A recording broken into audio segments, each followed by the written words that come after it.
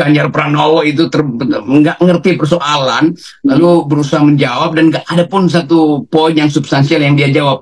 Udah pakai bahasa Indonesia pun masih nggak bisa menjawab, kan gila kan? Oh iya iya. Mereka, iya itu dibicarakan malam-malam tuh. Mereka bertanya ke saya tuh. Ya itu memang rame banget. Coba kita tonton sebentar ya. Memang itu viral banget. Tapi ini saya tahu ini forumnya itu di CSIS kan memang ya, undang 3 calon presiden itu ya, Anies, Ganjar. Kalau saya nggak tahu Pak Prabowo katanya belum tampil ya. Dan memang itu diundang para duta besar dari beberapa negara sahabat gitu. Dan saya kira memang di sini justru forum semacam ini kita akan membuktikan seperti apa sih kualitas dari para calon presiden ini. Kita tonton sebentar ya, Bung Rocky yang and before putting a question, allow me to express my sincere appreciation for your receiving our emperor when His Majesty visited the Borobudur Temple. Your gesture was very much appreciated. My question is rather abstract, but what kind of changes you're going to bring about your foreign policy compared with the existing foreign policy under President Joko Widodo? Of course, within the framework of free and active foreign policy, a lot of things will continue. But what kind of changes are you going to bring about under your presidency? Thank you very much. Terima kasih Pak Dubes.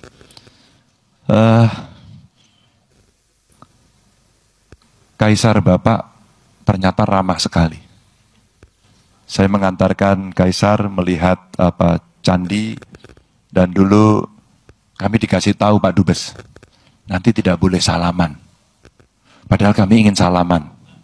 Kami ingin jabat tangan dengan Kaisar. Dan kami disuruh berhenti, dan ini tidak boleh salaman. Waduh, padahal kita ingin salaman. Dan orang Indonesia kalau sudah salaman, ditambahi satu lagi, selfie. Iya memang sebenarnya kalau saya mau fair memang nggak salah-salah banget jawabannya, tapi nggak substansial gitu. Itu yang jadi persoalan kan begitu ya Bung Rocky ya. Dia lebih jadi temeh gitu yang dijawab. Bayangkan ini anak mahasiswi yang otaknya lebih bagus dari saudara Ganjar, kan memalukan betul kan. Ganjar menjawab sesuatu yang apa poinnya di situ kan. Jadi dia nggak bisa terangkan atau dia nggak bisa mengerti yang ditanyakan apa. Jadi rupanya mungkin dia udah tahu bahwa ini orang Jepang, lalu dia mulai bikin semacam gimmick ya soal Jepang. Tapi bukan itu yang ditanya. Bahkan diterangkan di dalam bahasa Indonesia pun itu nggak substansi. Jadi dia nggak ngerti inti persoalan. Bayangkan mau jadi presiden, sebentar lagi Indonesia akan diseret di dalam proksi-proksi di kawasan Asia Pasifik ini. Dan presiden kita kalau Ganjar jadi presiden, dia nggak paham mau ngapain. Kan gila tuh. Dan ini ditonton hanya di viral. Ini memalukan betul tuh. Jadi itu yang sering saya tegur. Dan dari awal saya kasih kritik bahwa itu PDIP itu didesain untuk jadi semacam kemuliaan atau kemewahan kita dalam politik luar negeri. Karena Bung Karno itu tokoh politik luar negeri loh. Dia dikenal di internasional sebetulnya lebih dari sekedar ide Soekarnoisme. Nah ini kader PDIP buta huruf tentang global politics itu gila, itu benar-benar itu kalau gimana itu dikarikaturkan. Jadi udahlah kita anggap aja bahwa ini ada yang memang nggak pas pada Ganjar kira-kira. Ya. Jadi persoalan bukan persoalan bahasa, karena kalau kita perhatikan tadi kan dia pakai earphone ya, berarti kan ada penerjemah. Ada penerjemah. Ada penerjemah, dan sebagai presiden nanti kalau dalam forum internasional dia memang juga harus pakai bahasa Indonesia gitu, tapi dia harus paham. Bagus itu. Ya. Bagus. Dia harus paham tentang konteksnya gitu ya persoalannya ya. Itu bahayanya kalau orang itu terlalu picik gitu, terlalu merdeka NKRI harga mati. Iya harga mati itu kalau diledek di luar negeri mati beneran kita kan. Jadi konyol, tapi udahlah itu pelajaran buat Pak Ganjar supaya belajar lebih banyak, kira-kira begitu. Ya. Dan hal yang sama saya kira akan terjadi juga pada Gibran, dan menurut saya ini ironinya ya. Ini ironinya kan Pak Jokowi selalu kita ingat beberapa waktu yang lalu bahwa jangan salah pilih pemimpin. Di situasi sekarang itu geopolitik global sekarang dunia sedang memburuk dan sebagainya. Dan saya kira ini semua cuma retorika kosong belaka yang disampaikan gitu, karena kan Ganjar ini kita tahu tadinya juga yang digadang-gadang jadi the next Jokowi kan begitu. Iya, ini bagi the next Jokowi yang justru lebih buruk dari Pak Jokowi sebetulnya kan. Pak Jokowi bagaimanapun ya masih dia kasih sinyal walaupun nyontek di laptop. Ini bahaya betul nih Ganjar ini, dan kita akan diperlihatkan pada dunia internasional. Majalah Times sedang mengintai Indonesia, majalah-majalah Eropa juga sedang mengintai Indonesia. Ini ada kasus baru beginian tuh, bahwa Indonesia buta huruf terhadap global politics. Bukan sekedar buta huruf, tidak paham pertanyaan inti yang disampaikan oleh wartawan asing gitu kan. Itu dasarnya tuh. Jadi berbahaya betul bagi kita, bangsa besar ini, tetapi pengetahuannya sangat kerdil dari pemimpin ini. Ya oke. Nah tapi sebenarnya kalau kita tadi Anda menyinggung anak semester 3 pun dan ini kan bagaimanapun juga namanya Jember ini kan di ujung timur lah, termasuk dari Jawa Timur begitu ya, di ujung timur Pulau Jawa pun sebenarnya dalam geopolitik global gitu dengan borderless karena adanya internet dan sebagainya, sebenarnya semua mereka aware gitu ya. Jadi sebenarnya apa yang mereka kerjakan selama ini para pemimpin-pemimpin itu gitu, mereka nggak belajar dan nggak mengerjakan pekerjaan rumah mereka gitu.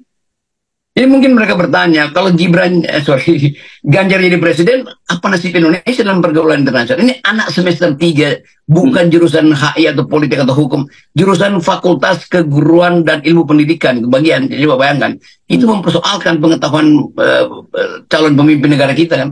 Itu betul-betul merendahkan martabat kita sebagai bangsa. Tapi sekali lagi, itu pentingnya pemimpin itu jangan sekedar senyum-senyum di baliho lalu joget-joget di TikTok.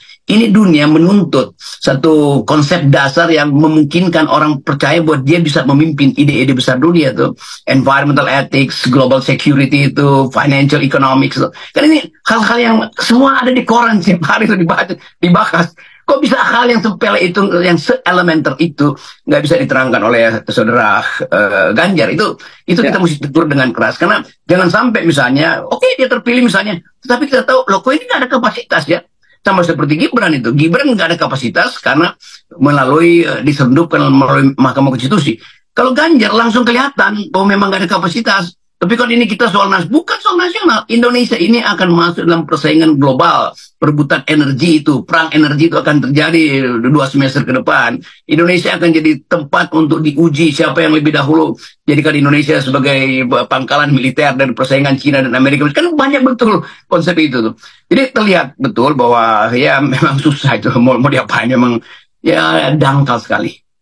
Dan ini kan kemudian mengkonfirmasi apa yang selama ini Anda selalu ingatkan gitu, bahwa nilai seorang calon presiden itu tidak cukup modalnya hanya elektabilitas, dan kita tahu elektabilitas itu bisa dibangun oleh lembaga survei. Itu kan benar-benar bertumpuk konyolnya ini sekarang. Ya itu baru dibuktikan kan. Jadi dia elektabilitas tinggi tapi intelektualitas rendah sekali. Bagaimana nggak ketawa dunia gitu kan. Jadi orang berpikir Indonesia kebiasaan itu menyebar amplop dulu baru disurvei, kira-kira begitu kan. Jadi terlihat juga bagaimana lemahnya kalangan surveyor ini yang nggak mau survei elektabilitas seseorang berbasis pada intelektualitasnya tuh. Nggak ada metodologinya bagi mereka. Padahal ini penting banget kan. Walaupun kita tahu bahwa ya nanti akan ada kabinet, ada menteri luar negeri. Iya, tapi menteri luar negeri itu diangkat setelah kabinet dibentuk. Sekarang ini calon presiden yang kita bayangkan kan. Itu intinya tuh.